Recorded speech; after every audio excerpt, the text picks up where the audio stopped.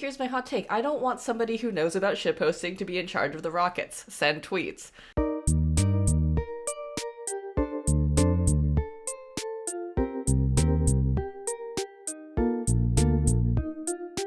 Welcome to Wow of True, the podcast of your wildest memes. We're your one-stop internet culture shop, here to dissect what's going viral, why we care, and how this might affect our real human lives. I'm Schrodinger's award winner, Isabel. And we have to unpack that. I'm Amanda. Anyone can be famous on the internet, so why not us? So, 5 hours from recording, I think, approximately, I will find out whether I have won an award. By the time you're listening to this, you will know whether I've won an award or not, because either I will be so annoying about it on social media, or I will still be so annoying about it even if I lose, because, you know, I don't actually care that much and it's kind of fun. Yeah, didn't you have to record an acceptance speech even though you hadn't won yet? Yeah, I did. Okay, so they told me about this, like, literally, like, Sunday night, and they were like, no, Saturday night, and they were like, can you get this to us by Monday morning? And they went through, like, the editors at Choreo, which is the magazine that this was published in, and the Choreo editors were like, yeah, this is fucked, and the people who sent it to me were also like, we acknowledge this is fucked. So I wrote just the most boring, basic bitch acceptance speech and recorded it on Sunday, and it's extremely bad, so if you ever go, in the hypothetical event that I win, if you listen to it, just know that this was written at like 8 in the morning on a Sunday when I was like, oh god, I need to just write something. Also, when I recorded it and I sent it to my mom, because I wanted my mom to give me an opinion on if I looked okay or not, she was like, you look very cute, but you look too young. And I was like, okay, of all people, my age is your fault. Yeah, I was gonna say, I feel like sending something to your mom to tell you how you look is generally a bad idea, but I don't know. I mean, I feel like if she's commenting on something you can't control, then that's good. Yeah, I don't know. I was just like, I'm fine. I'm normal. I have no problems personally. I mean, like, I just felt like if anyone was going to say that I looked bad, my mom would say that I would look bad, and I would have to just be like, well, this is it. This is what I've got. This is also your fault. And then my mom would say, you blame too many things on me, which is, she says that a lot. But I feel like the age thing that's valid, right? Yeah, I mean, she is wholly responsible for what age you are. Yeah, this is directly her fault, specifically, her and my dad. Yes. I have 2 points here. One is, did you plug Wow if True? I did not, because I was like, no, because, yeah, I didn't plug Wow if True. I'm sorry I failed you. I have no excuses. 2 is, it's psychological warfare to have people record acceptance speeches for stuff when they don't know if they've won or not. Right? Like, that's like, you're asking a lot of somebody who may or may not win an award and has an 80% chance of not winning an award. This also reminds me of the coffee shop that I work at all the time. They do, like, rotating art installations by local artists, and they have one up right now that is an artist who paints kind of like sci-fi landscapes, and one of them it's probably like 30 feet long, but it's just this long landscape portrait of like a wizard in space doing spells, maybe, question Sick. mark. I love that. And I feel like I just really need to like film something like at that coffee shop and be like, so you might be wondering why I've brought you here today. Because it's very, like, creepy, but in a very, like, I wish that I had, like, $10,000 to buy that painting, but I do not. Then again, I do, because Joe Biden. Thank you, Joe Biden. But also, yeah. Here's what we're gonna do. We're gonna start a Kickstarter, or a GoFundMe, and it is gonna be, let's buy Amanda the Wizard painting. Now, with my help, and all your help, listeners, we can make this happen. Yeah, this is the new Patreon stretch goal. Buy Amanda the Wizard painting at the undisclosed coffee shop location. I'm completely sincere. We should put that on Patreon. That'd be funny as shit. Also, send me a picture of that wizard painting. Anyway, speaking of the opposite of wizard paintings, let's stop skirting around the subject. Oh, well, I have a segue here. Oh, please hit me. I do genuinely think that we are good podcasters when we narrate our segues. Are we? So I think that this is good podcasting. So earlier when I asked you, did you plug Wow if True on your acceptance speech that may or may not air depending on whether you win this award, I did plug Wow if True on a BBC podcast. Damn, you are truly the hustle never stops. What was this BBC podcast? The BBC podcast is called Twitter versus Elon Musk. It has happened. Elon Musk has bought Twitter. We do not want to talk about Elon Musk. We have talked about him too much. I personally have had my entire week thrown into disarray by the whims of an erratic billionaire, which is now going to be a regular part of my life because I write about Twitter. But we have to talk about it because it's a big thing that happened. I feel like Elon is like the ghost that haunts this podcast. You know what I mean? Like no matter how hard we try to escape, the ghost is in our house, and the ghost is Elon Musk, billionaire who bought Twitter. Can I also just say, remember that time when we did a Q&A episode like 2 episodes ago, and one of the questions was fuck, marry, kill, Elon Musk, Jeff Bezos, Mark Zuckerberg? Yeah. I did have someone that I was talking to on a dating app who I did not tell I had a podcast, but I'm also just it's very clear to tell who I am if you look hard enough, which is not great. But he did say, I appreciate the amount of time you put into the fuck, marry, kill question between Elon, Mark, and Jeff. Wait, okay, here's actually a question for you related to this. Now that Elon owns Twitter, has your answer changed? No. Okay. Well, to remind the listener, I am on the kill Elon because he is the biggest danger to society. Fuck Mark because I don't want to be married to him and sometimes you just gotta take one for the team. And marry Jeff Bezos because I also don't want to be married to him. However, he is retired and Mark is not. And I don't want to have to, like, do the emotional labor of making Mark think that what he's doing with the metaverse is, like, normal or okay. I don't think you need to do that. I think he's just convinced himself. I think you just need to, like, exist in the space beside. Anyway, Elon bought Twitter. So, yeah. We should... Okay, I feel We've already talked about the fuck, marry, kill at length. Okay, so, like, here's the thing. I'm so torn on how much we need to explain the Elon bought Twitter thing, because I feel like this one's self-explanatory, and also if you've listened to the previous episodes, yeah, Elon bought Twitter. Sometimes this happens. Sometimes you have to close a deal that you don't want to close because stares at contract, gestures at provisions. Yeah, it's like when I go to that coffee shop that has the wizard painting, and then I'm unhinged, and I once went to a coffee shop that had a drink that was a combination of cider and chai, and it slapped. Yeah, and then now cider. And now I try to order that at this coffee shop that I go to, like, several times a week, and then they're like, what the fuck is that? And I'm like, I'm so sorry, you do not have to make this. I do not want to make you have to make an insane drink. And then they're like, no, I mean, you're just pouring 2 things into a cup. And I'm like, yeah, that is true. But, yeah, so this is, the equivalent of Elon buying Twitter is me when I order the weird drink, and then I'm like, oh man, should I have really ordered the weird drink? And then I feel guilty, so then I tip extra. How is this related to Elon?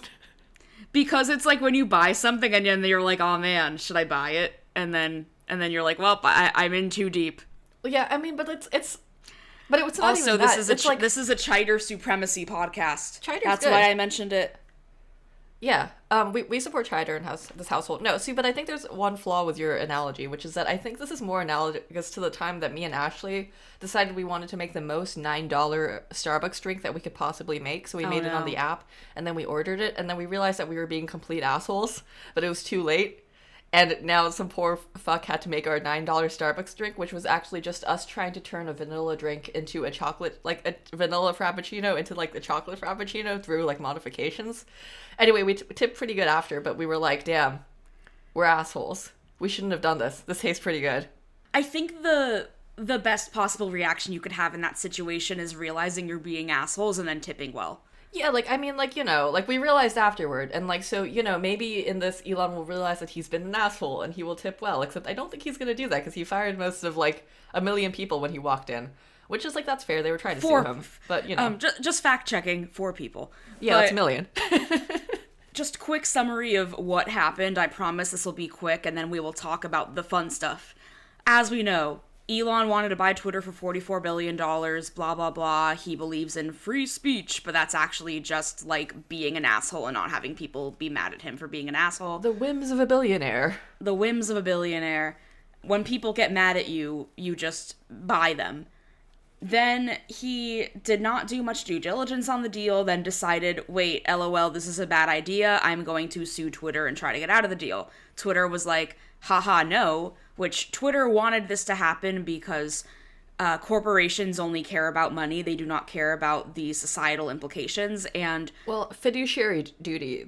Fiduciary duty is essentially fuck culture, make money. Well, so the interesting thing here is that if they didn't work... See, this is a fucked up thing about capitalism in this way. It's like, if they don't go for money at all cost, then they might get sued. Anyway.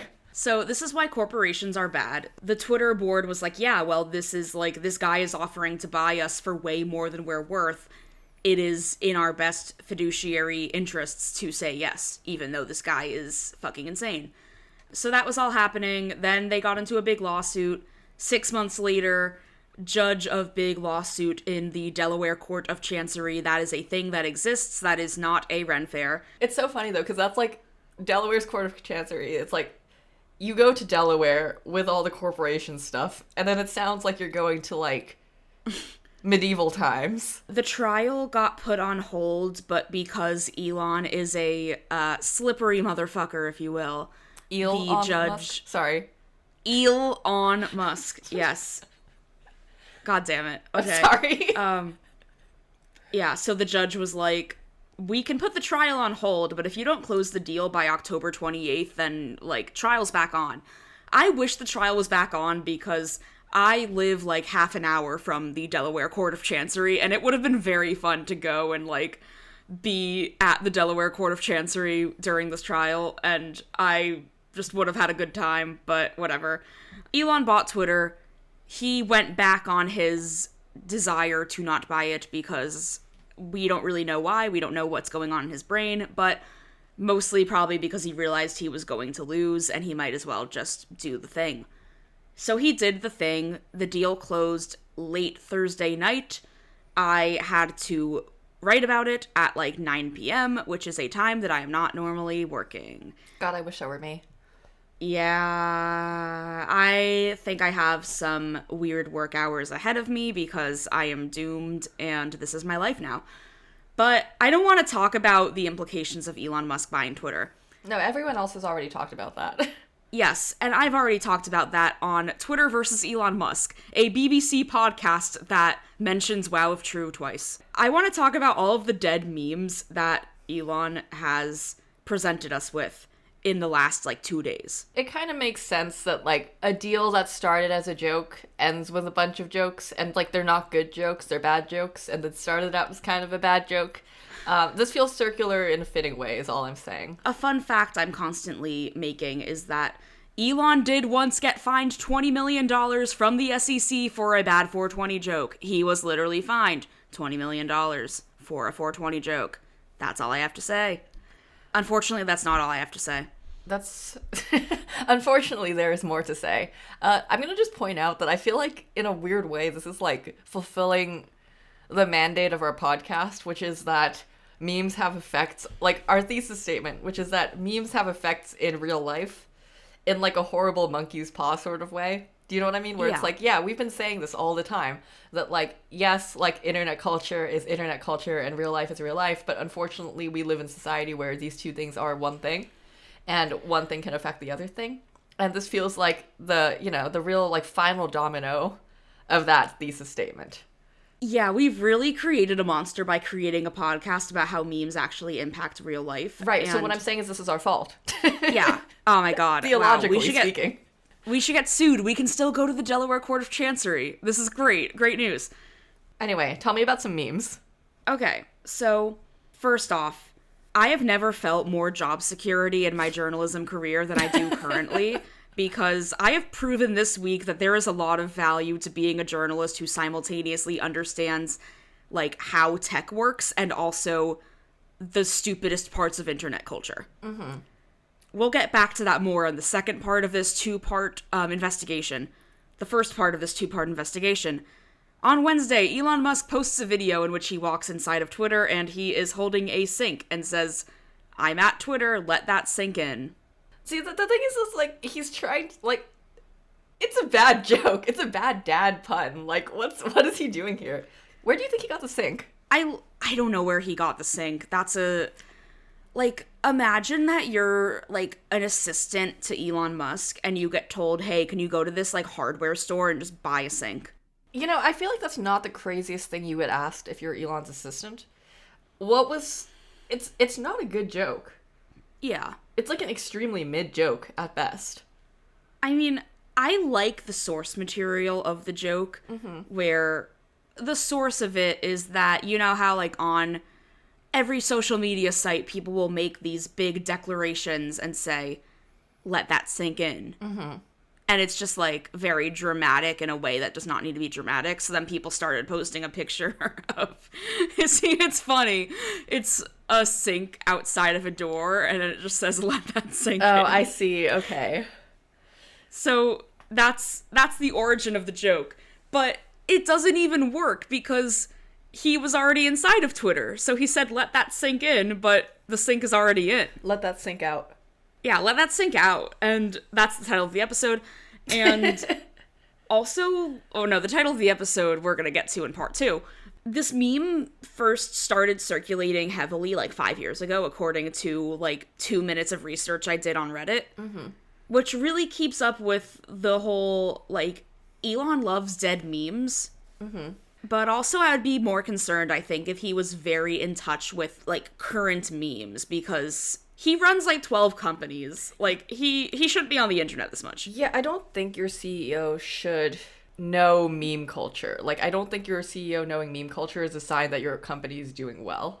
Except for, I wrote about a company recently that does shit posting ed tech. That's a thing. Okay, but that's different. That's okay. You know, we there's a lot to unpack there, and we're gonna circle back to that eventually. That's a different thing. Now, shit posting is part of your brand. Like, I feel like Tesla, the boy makes cars. The boy makes cars. That's all I'm saying. And rockets. I actually, see, here's my hot take. I don't want somebody who knows about shitposting to be in charge of the rockets. Send tweets. I love that. That's the poll quote. All right, what else do you have other than sinks? So, part 2. I have hyped this up a lot. This is what is giving me job security as a journalist. Yeah, if this isn't fucking good, you know, you're off the pod. I don't know what to tell you. So, a group of CNBC journalists had the idea of, let's stand outside of Twitter headquarters the day after Elon took over and just see what's happening and talk to people coming in and out of the building. And so fine. These two men walk out and claim that they are engineers who have just been suddenly laid off.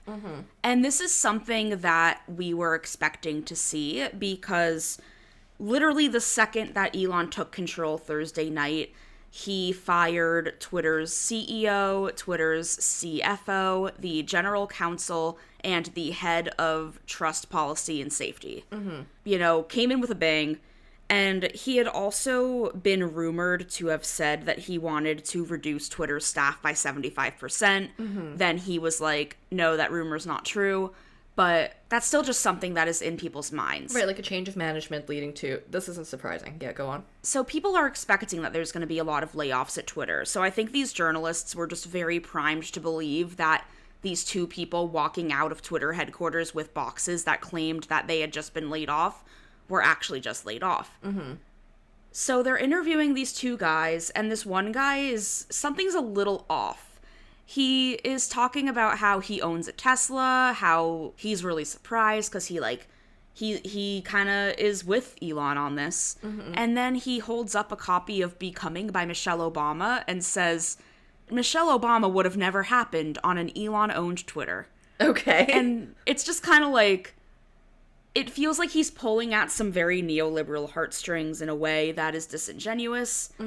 And then finally the journalists ask him, oh, what's your name? A very standard reporting question. How do you spell it? Just, you know, doing... regular question for a regular guy. Yeah, so he says that his name is Rahul Ligma. Oh, no. Oh, I see. Okay. And these CNBC reporters just run with it. And they post that Elon Musk has begun laying off engineering teams. The source of this is that we talked to Rahul Ligma outside of Twitter headquarters. No! You know, the thing is, I can totally see how this completely passed all of their, like, checks, but also like, damn, you gotta get someone meme literate there. I'm over here, meanwhile, like, all week leading up to this, I have made sure that I am looking at my phone at both 420 ET and 420 PT, because I know that's when Elon is going to drop some news.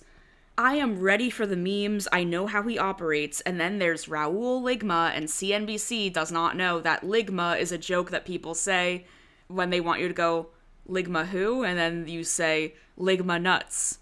It's a really sophisticated joke for intellectuals only. It's the equivalent of the, to be fair, you have to have a relatively high IQ to understand Rick and Morty copy pasta. Yeah, exactly. Oh god. Well, I'm so proud that you, like, kept TechCrunch from, you know, getting Ligma on. Yeah, honestly, I deserve credit for the stories I didn't publish this week. Yeah, honestly, you do. God, I don't really have anything to say other than, Jesus Christ, we live in a society. The thing also is that, first, I had to explain Ligma in TechCrunch Slack. Okay. Because, thankfully for them, some of my colleagues are less online and have more sanity. Shout out to them. Mm-hmm. And then we did a Twitter Spaces on the TechCrunch account with 10 million followers, in which I had to explain what Ligma means on this Twitter space. Mm-hmm. I've just been explaining a lot. Get it? Like, Ligma balls?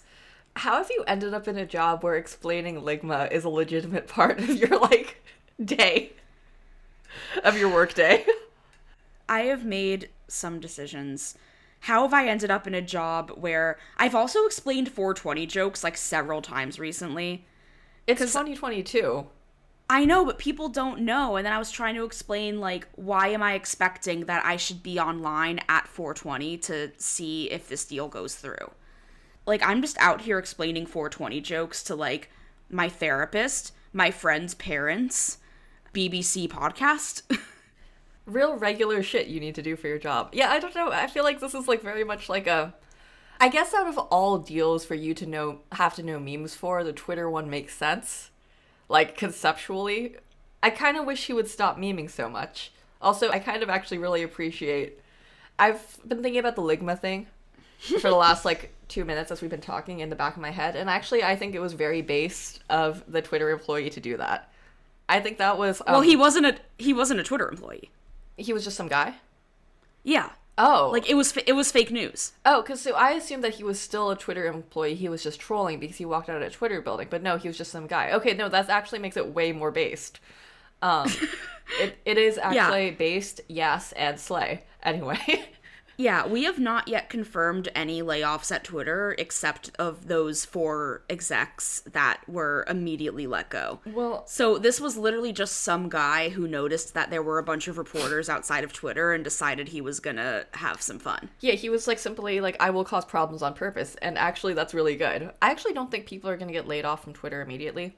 I don't know about that, but well, I hope they don't, because I like when people have jobs. I mean, it's also just kind of like, I feel like there's a big difference in like yeeting your executive staff who like was trying to sue you like 10 minutes before, and like just laying off like random engineer number like 420.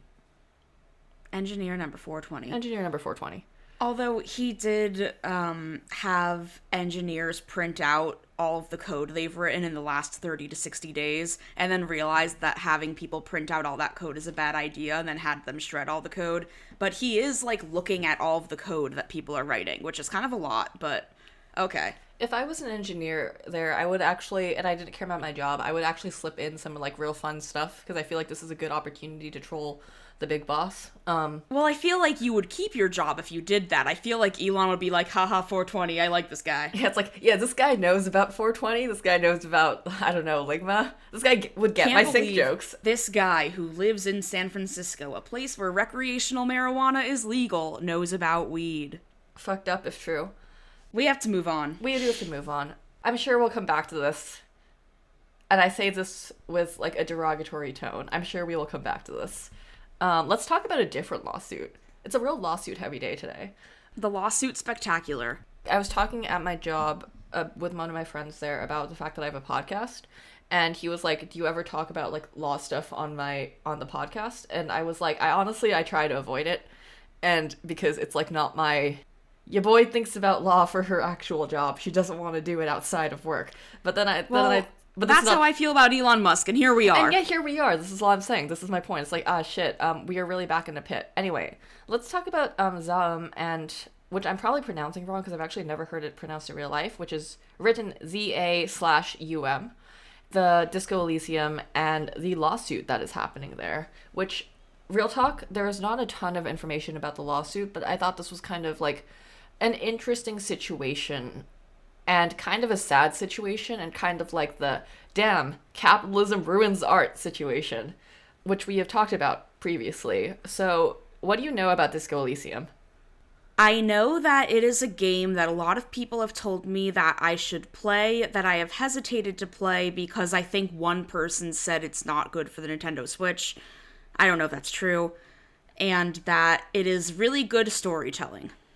Okay, first, it is mid for the Nintendo Switch, this is true. However, it is very playable on a Nintendo Switch. I played it on a Nintendo Switch. Two, this is all correct. Disco Elysium is basically an indie game created by Zaum, and it is a isometric RPG where you play as a amnesiac detective who is just having like the worst day of his life. He has blown his whole mind up, basically, in an alcoholic bender. He is in the pit, and now he needs to solve a murder. The eel pit? No, this pit is unfortunately eelless. I think if it had some eels, this would actually be better for him. Okay. It's very much a story that interrogates class and capital and like the way society runs.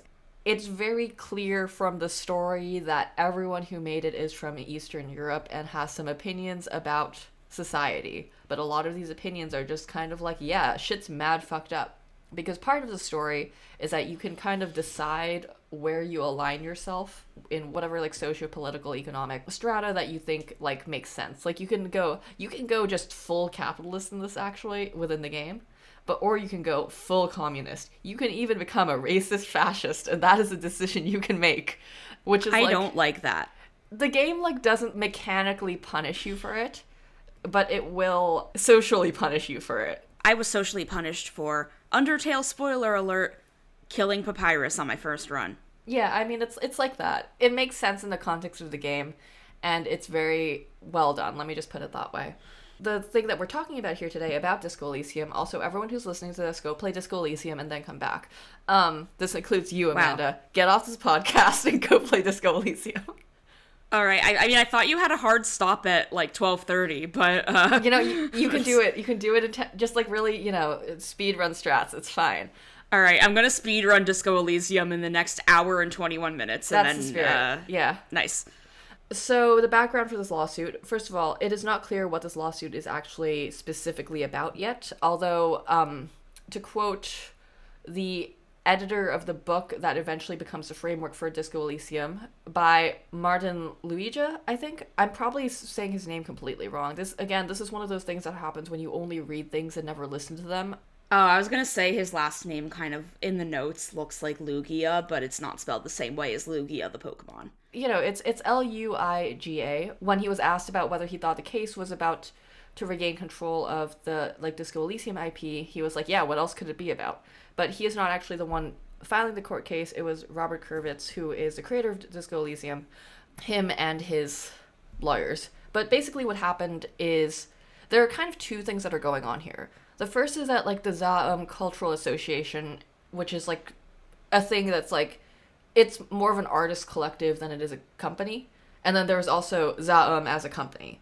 Because Disco Elysium is one of those, like, passion projects that turned into a whole situation. And then it got just crazy amounts of acclaim. It is an indie game that basically broke into the big scene, and it is widely critically acclaimed. But it was created basically from like 10 years of development and like iteration of the story by people who had started this as their like tabletop game. Interesting. It's one of those cases where a lot of like a lot of somebody's life and a lot of like heart went into this thing that turned out to make a lot of money. And now investors maybe have an idea for how this is going to go rather than the creators. Because earlier this year, like 3 of the primary creators, Anthony Kurvitz, Alexander Rostov, and Helen Hindper, were quote unquote involuntarily departed the company at the end of last year. And now Kurvitz is suing. The whole thing is just kind of sad, but also it's interesting because it's almost a case of life imitating art. Because one of the primary like themes of Disco Elysium, we're just doing literary analysis of a video game now. One of the primary themes of Disco Elysium is that like nothing lasts, everything is going to get washed away by the pail. And also it's really ironic because within the game there is a game developer and a game studio that falls apart because of infighting. And oh my god. And it is almost like a premonition of what's going to happen to Zaum. And so it's kind of unclear what's going to happen with this because it's kind of fucked up that they don't have their IP. It sounds like they're still going ahead with like sequel development. We don't have a lot more knowledge about the lawsuit, but yeah. So that's the kind of overview of that situation. That is poetic in the worst way. Yeah, like it's fucked, isn't it? Of course, a game about how capitalism sucks that literally has a game developer in it ends up falling victim to the whims of capitalism and IP law and wow. Yeah, I just wanted to point that out because I thought it was like a little ironic twist and also kind of an interesting... I thought it was funny in an opposite way from the Elon Musk thing. Because it's like, it feels like there was like a axis... if you were making a chart, these would be at the 2 opposite ends of lawsuits. Anyway. But they're kind of the same, though. Unpack that. Well, they're the same in that in both cases, this is like... Damn, you take a thing that people like and then ruin it with this big hyper-capitalist lawsuit. I don't know, they're not really the same, but I was just trying to defend that. Oh, no, I think you're right. I mean, I think this is a case of, like... These are both cases of, like, damn, stuff that exists that you can do lawsuits about because capitalism wants you to do lawsuits about. But yeah, no, like, see, that's just a little depressing piece of news. Will we update you on this? We'll see how the lawsuit goes. And... the other thing I wanted to talk about is way stupider. It is just so stupid, but I've been thinking about it a lot. Wait, can I ask one more question? So, with all this going on, should I still play Disco Elysium? Yes, you should definitely play Disco Elysium because it is unironically still a very good game. I think in a weird sort of way what's happened to the company is sort of poetic in a fucked up sort of way. The game itself is still very good. It does run on the Switch decently, if not amazingly. It is very playable. I've played it. I think you would like it because it's very narrative. It feels more like you're reading a weird book or playing a tabletop game than it is you're doing like a video game. So just go in knowing that. Okay. And yeah, I don't know. You play the worst... You play like basically an idiot savant. It's extremely funny. And I'm not saying his name because that's actually a spoiler. Okay. Oh, there is a way that you can speedrun this where you solve no clues, you stay naked, you sleep for 3 days, you run outside and you solve everything in like a 20-minute span. You have made no connections with people. Is that like built into the game? No, this is like the speedrun strat where it's like if you know what you need to do. Oh. And if you don't want to do any of the side quests and if you do you know what I mean? Where it's like if you position yourself correctly, you can simply stay naked, sleep for a billion days, wake up, make no connections, solve the crime. Do you ever think about how in speedrunning you have to put in a lot of time to figure out the best way to speedrun something? So in a sense, you're really not speedrunning it at all. Did I make you watch the half A-Press video? No, but I have... My favorite speedrun is speedrunning getting banned from Club Penguin. That's really good. I think my favorite one is speedrunning Breath of the Wild because... It's Link wakes up naked, feral, picks up a tree branch, goes and kills Ganondorf. And then he's just like, that's just really funny to me. I still haven't finished Breath of the Wild, so I'm slow running it. You know, this is like, have you heard of that one video game where it takes you a literal year to complete it because you have to take a year to complete it? No. I'm forgetting its name right now, and David, if you remember, you can stick it in here. The Longing. But there is basically a video game where it is, like, locked to real time, where you are trying to get out of this goddamn cave. Like Animal Crossing. Yeah, exactly. No, it's like it takes you. It's exactly like Animal Crossing. This is exactly so. You know, in Animal Crossing where you're trying to get out of the goddamn cave. One last video game point. So I'm a big fan of Pokemon ROM hacks, which is when people take the file behind like GBA Pokemon games and then patch them with new stuff. So like there's one where it's like Pokemon Emerald, but everybody is a zombie trying to eat you and like stuff like that. Or like some people just make their own entirely new maps and it's like you're playing a Pokemon GBA game, but now there's a new map and it's fun because if you're someone like me, you have already played Pokemon Emerald probably like 30 times. You've played Pokemon Emerald 30 times. Are you exaggerating or are you for real? Hold on, we need to pause this. I don't know. I mean, I've played it a lot of times. I've played Gen 3 of Pokemon more than any other generation, and this is something I do where it's like one of my alternative to listening to audiobook and playing Hades is watching Netflix and then on the side of my laptop screen having a Pokemon emulator open. I didn't know that about you, but this actually completely tracks. But so last night, while watching the Phillies game, go Phils, I'm a sports bro now because I live in Philadelphia. I was playing Pokemon Emerald Rogue, which is, it reimagines Pokemon Emerald as a roguelite game. How does that work? So you start with one Pokemon. You cannot begin the game with more than one Pokemon. That is not allowed. And then if we're comparing it to Hades, which is also a roguelite game, and also just kind of my point of knowledge for how roguelite games go, it's like you enter the first chamber and it's just a random route from Pokemon Emerald. And then the Pokemon are randomized. You catch some Pokemon, you fight some Pokemon. You can only get up to level 15. And then after you assemble your team of your level 15 Pokemon, then you fight a boss. And if you beat the boss, you keep going. And then you also traverse some little Pokemon routes and then try to get up to level 25. There's like very strict rules about how you can buy items, how you can heal your Pokemon, when you can do those things. I also just really like ROM hacks because I think the Pokemon games are historically just very, very easy because They're for children, yes.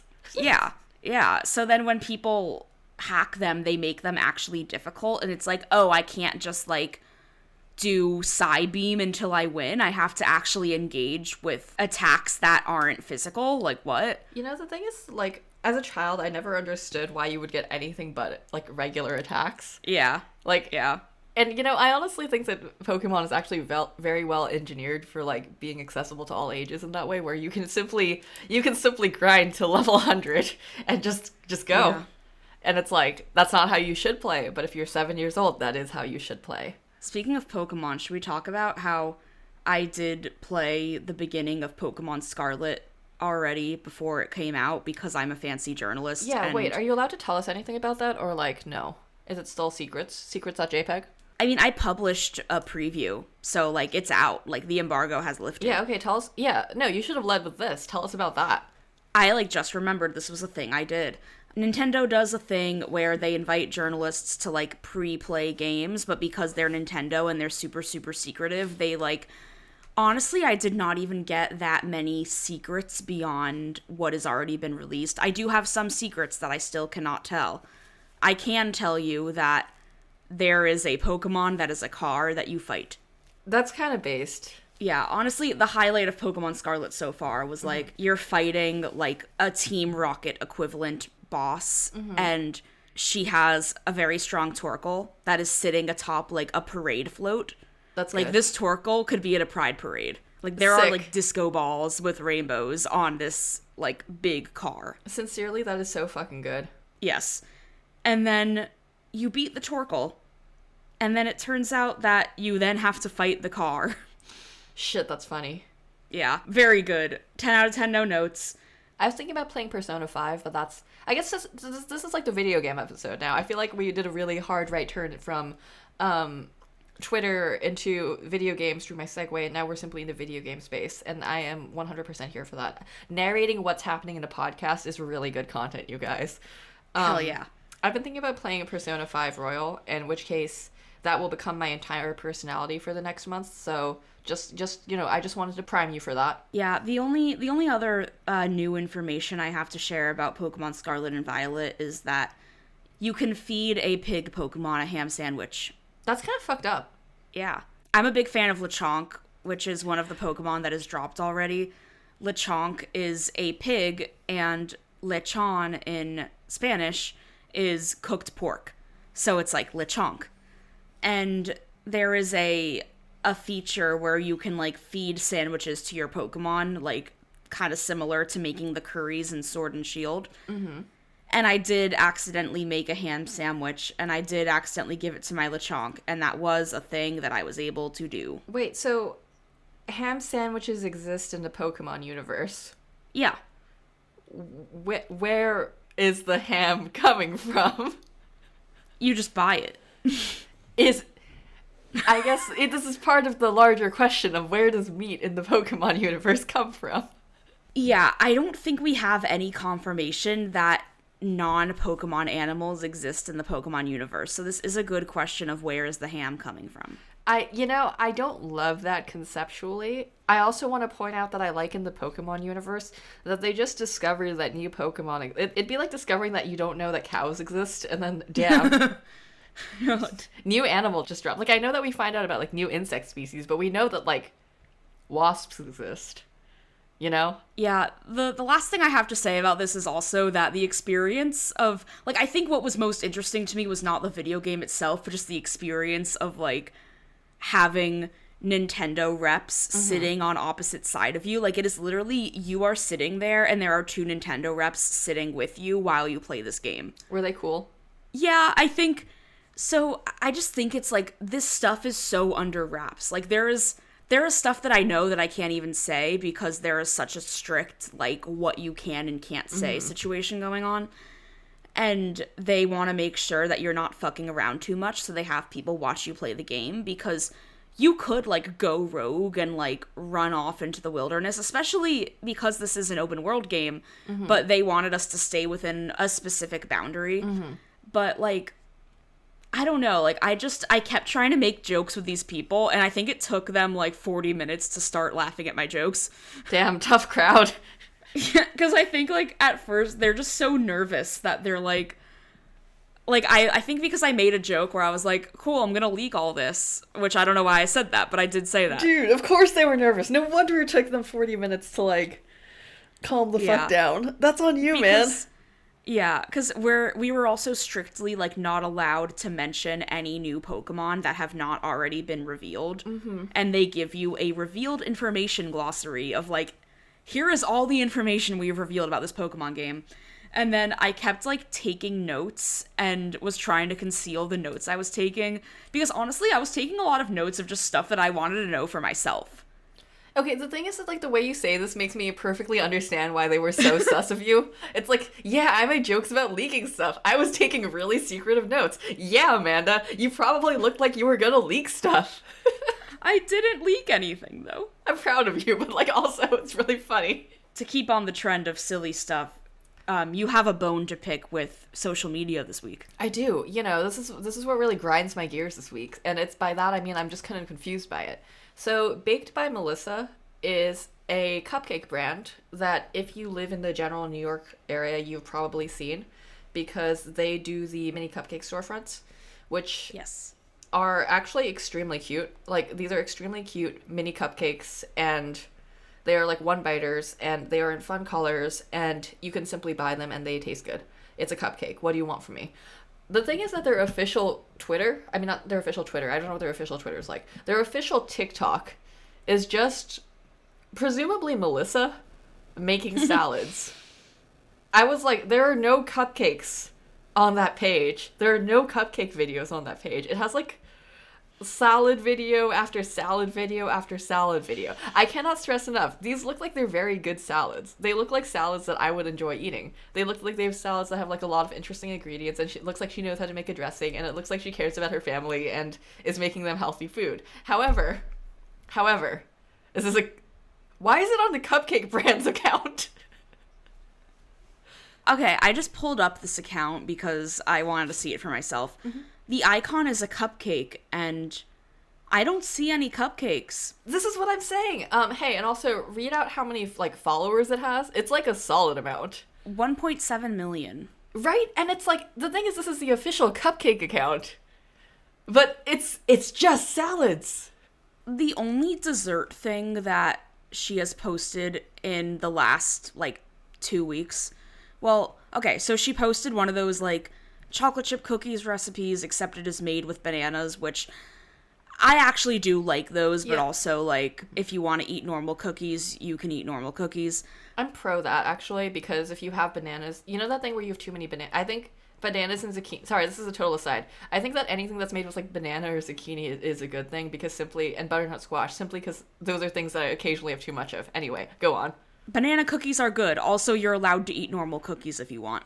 The other dessert thing I see on here is that she took little Oreos and then stuck little pretzel sticks into the cream of the Oreos and put eyes on them, and now they're spiders. That's actually pretty cute. But it's not a cupcake. But you are right. This is basically just salad, 0 cupcakes. I do not see any cupcakes. I am scrolling through this. I see a lot of vegetables. I see no cupcakes. The most recent cupcake post is July. So she has not posted a cupcake in 3 months. See, this is what I'm saying, because it's like the official Baked by Melissa's account, and it is just salads. And I'm like, is there a strategy here? Or is this just because you're kind of like, I did my cupcakes? Now we've turned a new leaf, literally, and now we do leaves.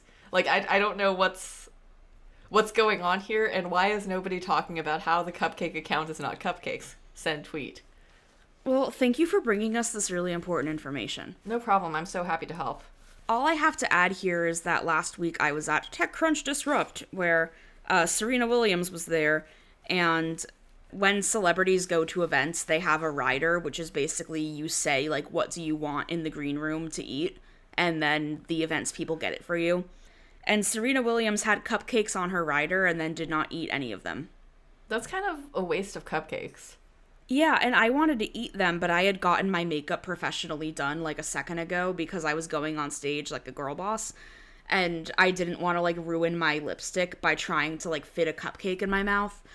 And I regret it because I want to know what Serena Williams cupcakes taste like. Well, next year. There's always next year, and we'll see what Serena Williams has in her rider at that time. Maybe it'll be salads, like the Baked by Melissa's account. Yeah, when I used to book punk shows TBT to my storied life, most punk bands, their riders are carrots and hummus. I'm just going to say that. Huh. I think there's a lot of vegan punks. I'm not mad about that. I'm just like, that's not what I would have expected.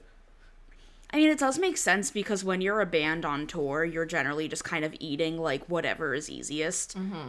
And I feel like when you're in that situation where you're, like, on the road constantly and just, like, eating fast food, you're like, damn, I would love a carrot. Would love a carrot, would love some hummus. We should have really talked more about TechCrunch Disrupt, and by that I mean we should have talked about it at all, but... It was fine. I interviewed the CEO of OnlyFans and the chief strategy officer. You can watch it on YouTube. I don't think it's been segmented yet, but if you go to the, like, day 2 Disrupt, yeah. TechCrunch Disrupt was fine. It was very busy and exhausting. We survived. We did a good job. I girl bossed. Question for you. Now that you've been working at TechCrunch for a while, and, like, doing shit like interviewing people like the CEO of OnlyFans and stuff like that, do you feel like you've moved up in the world? Because I feel like... This feels like a professional with a capital P thing to be doing. Well, you see, I talked about this in therapy yesterday. Oh no, okay, I'm sorry. That, no matter how much I accomplish, I always still feel insecure about myself. Yeah, but, like, look, you're out here explaining Ligma to people. To 10,000 of your closest friends on Twitter. Well, there was, like, a couple hundred people listening, but the TechCrunch Twitter has 10 million followers. Mm-hmm. Yeah, I don't know. I mean, if we're going to answer honestly, this is the career development part of the podcast. I think it's just that I've always known I'm good at what I do, and nowhere really gave me a chance to, like, incubate that until TechCrunch. Mm-hmm. Because when you're freelancing, it's harder to get opportunities because you're just struggling to get the next thing out. Mm-hmm. But I think when you're working a normal job and having a steady income and can like have editorial freedom and to a certain extent, it's a lot easier to get ahead than when you're freelancing and holding on for dear life, even though freelancing does work for a lot of people. But yeah, I'm a hashtag professional, I guess. I feel like I should have like either a sincere joke to make here or just say something sincere, and I'm bad at both of these things. So I'm just gonna say that like I'm glad that you like your job. I'm glad this is working out for you. And it's kind of cool to see since like we started this podcast when we were both like doing our best, if that makes sense. Yeah, and now we're both girl bosses. Yeah. That's what we call growth. Anyway, TechCrunch should buy our podcast. Send tweet. Okay, well, the last thing I have to say for this episode is go Phillies. That's all. That's all I'm saying. I support this. You know, I actually feel like more connected to the Philadelphia sports teams than I do to any of the New York sports teams, just because I'm like, you know how Philadelphia will destroy a city after whether they win, they lose, anything happens? Yes. Yeah. I just, that speaks to me in my heart. And on that note, if you like this episode, tell a friend. Word of mouth is how we grow. Thank you to all of our patrons, and shout out specifically to Zoe, Bray, Andre, Thea, Brian, and Gabriel. If you want your name in the above or in our Twitter header, slide right into our Patreon at patreon.com/wowtrue. Shout out to David Newtown, audio editor, whose couch I did not sleep on, and to graphic designer and Canva warlock Eric Silver, who made our logo, and Sam Rizer, who made our podcast music. You can find us on Twitter as @wowtruepod and Instagram and Facebook as @wowtrue. Had your 15 seconds of internet fame? Slide right into our Twitter DMs and tell us about it. Until next time, let's get weird on the internet.